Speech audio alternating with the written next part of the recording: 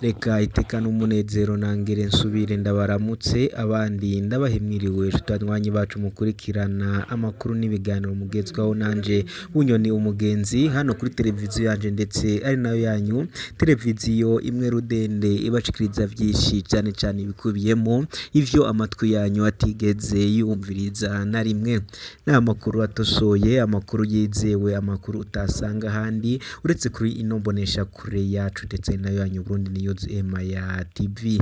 Reka mbabwirize kumbabwire ibiri kuvugwa mu 15 hano mu gihugu cacu c'u Burundi aho mbabwirize ibiriko biravugwa mu ntara zose zigiye zitandukanye kana babwiriza ibiriko biravugwa mu bya politiki ndetse no mu mvo z'ubutegetsi babwiriza ibiriko biravugwa mu bihugu vy'ababanyi babwiriza ibiriko biravugwa mu gihugu c'u Rwanda babwiriza ibiriko biravugwa muri Republika Iharanira Intwaro Rusangi ya Kongo ku rubuga rw'intambara murabizi neza ko ari intambara iri guhuza umutwe twaje ibigwanisho wa M23 ndetse n'ingabo z'igihugu za FARDC babwiriza n'ibiriko biravugwa muri Uganda Tanzania Kenya ndetse n'andi hirya hino muri Afrika ntibagiye kwabwiriza ibiriko biravugwa mu nguvu yo mu Kongo ya Kure na cyane mu nguvu y'Ibiyaga binini Reka mire ko ndakengurukira wejeje gufyonda sabone wamanutse hasi kwa jambo kumutwanditse sabone ugafyonda ko ndetse nawe wakomeze kudusharingira inkuru zacu kugira ngo ziragire no kubandi baje kuzibona nawe kandi udahwemo kudusangiza ibitekerezo aho uma utwumviriza uherereye hose ndagukengurukiye cyane niho ndahera saba naho tereza gufyonda sabone nkubireza kwaka ariko karyo kwamanuka hasi kwa jambo kumutwanditse sabone ugafyonda ko ndetse wamara gufyonda sabone kayantino gato ukazurira no gafyonda kwamara gufyonda ugakomeza udusangiza n'ibitekerezo kandi urasharinga inkuru zacu ku gihe mu ngingo nkuru ndibuze kugeza mu buryo bw'idonido ndakubwiriza amakuru adushikiye kandi nakubwiriza yuko Neva atangaje ibintu bikomeye cyane ndetse Neva akaba ahuye n'akaga mu bintu yaramaze gutangaza mu kanya gatoya cyane ndakubwiriza ko abarundi ari ntashima umukuru w'igihugu Evariste Ndayishimiye umukuru w'igihugu Evariste Ndayishimiye yatangaje kuri kwa gatatu ko abarundi ari nashima yanga kwemera ko afise uruhara kwikena ry'igitoro avuga ko ari ingorane isangiwe na bose mu ijambo yashikirije abarundi kuri uyu munsi arumanije imyaka 4 ari ku butegetsi Ndayishimiye yagirije abarundi kugomba kuronyera vyose umwanya umwe byinshi cyane ndagushikiriza mu idonido y'amakuru naguteguriye Ndagira no muri Tanzania nkubwirize ko abarundi amajana bafungiwe ku butaka bwa Tanzania abarundi baja kurondera akazi muri Tanzania barorerwa amavi atandukanye hari abadahembwa abandi bagasahurwa bagarutse mu gihugu canke bagafungwa mu busho bwa Kisuru na Nyamisivya mu karere ka Kigoma uburaruko bushira uburengero bwa Tanzania abaho bahafungiwe bemeza ko abarundi batari munsi y'icumi bazanwa mu buri munsi kubwuserukira uburundi muri Tanzania Jeremy Kekenwa abarundi batari munsi y'amajana 6 bari bafungiwe ikigoma gushika mu mera za Rusama 2024 ntabwo ari ivyo ngivyo gusa ariko nyene nanone ndakubwiriza n'ibindi biri ko biravuga ko bubanza abagabo 5 barimwo imbonera nkure 3 barafunzwe inyuma y'urupfu rw'umuntu ndiwe n'umuryango w'imyaka 30 yaratowe ikiziga mu murima w'ibigazi kuwimana uheze ku kizina muri zone Mitakataka ni muri komine n'intara ya Bubanza uburengero bw'u Burundi abantu 5 harimwo imbonera kure abanywanyi bo mu hari urwaruka rw'umugambwe CNDD FDD 3 bari bamaranye umunsi bafungiwe mu gipolisi ndabizi ko ashobora kuba ari mu gitondo sata cyangwa se ni mugoroba ariko nacato mudafata iminota baterenze 10 cyangwa 15 gusango imvire byinshi cyane bikubiyemo ivyo amatwi yabatigeze yumva idonido y'amakuru ni mukanya kuri mukoronji uriko urumviriza ndi Bunyoni umugenzi wawe kaze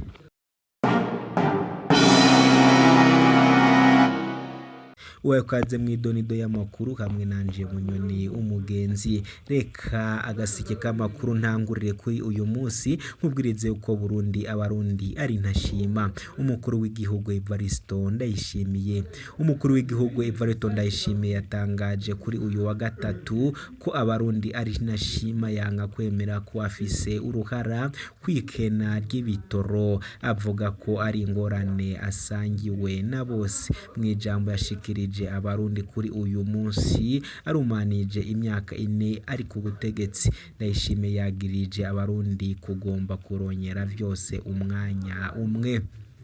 Umukuru w'igihugu yavuze mu Burundi abivuga mu Kirundi gusa, ururimi kavukire rwo mu Burundi. Mw'ijambo ryashikirijwe kw'iradiyo n'imbonesha kure vy'ibihugu RTNB rinashishikanwa ku zindi samirizi zo mu gihugu, muri iryo jambo y'iminota 27 Evariste Ndayishimiye yagarutse ku vyo yari yemeye mu gihe co kwiyamamaza. Kubwiwe abona ko yabishikije, ntiyahaye agaciro ku myidogo yabo arongoye. Ikinyohera ubu nuko mu myidogo abantu bavuga bati dukenye iki, ariko ntibavuga bati turabuze amafaranga yo kugura ico kidandazwa. Babuze kandi ico kidandazwa si ico mu Burundi, kiva hanze y'igihugu. Niko yatangaje, yagirije agira ati ubu umurundi wese agomba kuronyera vyose umwanya umwe. Nico gituma twashobora kuvuga ko abarundi ari ntashima. Kubw'umukuru w'igihugu c'u Burundi Evariste Ndayishimiye, Uburundi buriko burubaka amazu meza, bambara ivyambarwa vyiza kandi barafungura bagahaga. Abujuje amafaranga mu mifuko yabo nibo bagomba kubaho nk'abaganwa mu kugomba kwiyunguruza hakoreshejwe uburyo busaba ibitoro vyinshi. Bagomba kunywa inzoga ziva mu muhinguriro no kufungura ibivuye hanze y'igihugu kugira ngo berekane ko bateye imbere. Niko mukuru w'igihugu Neva yasuzuguye abo arongoye guhunga ico ajejwe. Kubw'umukuru w'igihugu Ndayishimiye, hariho abantu bakora ibishoboka vyose kugira ngo bagumure abanyagihugu babagaragarize inzego. Nivyo ko hari imyidogo aha ni harya, hariko iciza nuko dusangiye umubabaro.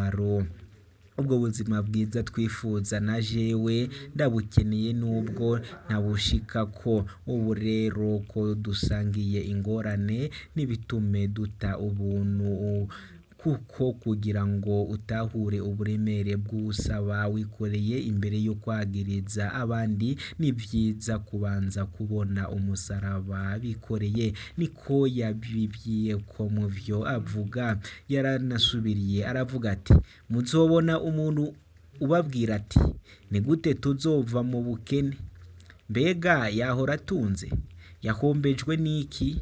Umuntu ntazakwigera aronka ibimuhaza.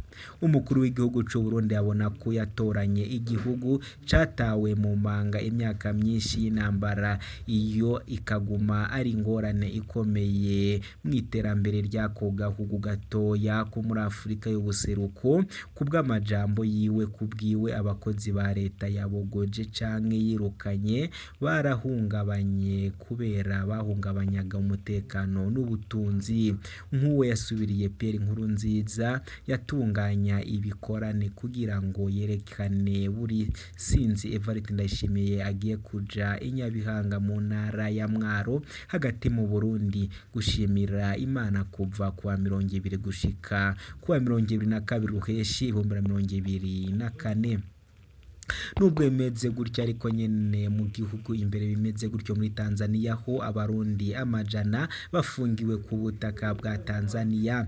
Abarundi baja kurondera akazi muri Tanzania barorerwa amabi atandukanye, hari abadaherabwa, abandi bagasahurwa, bagasurutse mu gihugu canke bagapfungwa. Mu busho bwa Kasuru na Nyamisivya mu karere ka Kigoma, uburaruko bushira uburengero bwa Tanzania, abahoze bafungiwe bemeza ko abarundi batari munsi ya 10 bazanwaho ko buri munsi kubw'uwuserukira Uburundi muri Tanzania Jeremy Kekemwa abarundi batari munsi y'600 bari bafungiwe i Kigoma gushika mu mpera za Rusama 2024.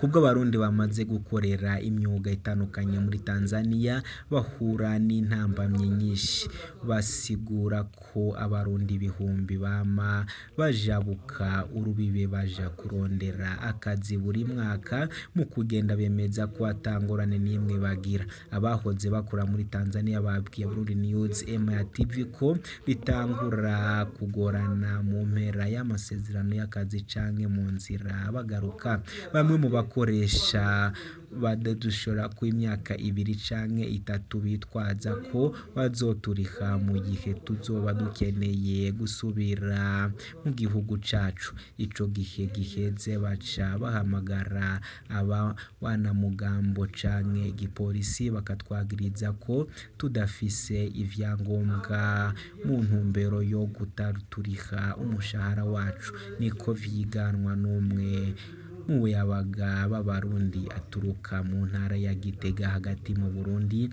yakorewe ayo mabi. Abandi barundi harimo abakozi bo kwisizeni bavuga ko bahembwa gusa baca babatega imitego hafi y'urubibe mu gihe basubiye iwabo. Rimwe na rimwe abakoresha abantu baraduha amafaranga ariko wana mugabo baca baradutega imitego hafi y'urubibe bakadusahura amafaranga yose dufise.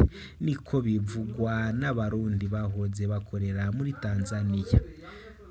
Bamwe mbere baricwa bagatabwa mu ruzi Magarazi rugabura Uburundi na Tanzania.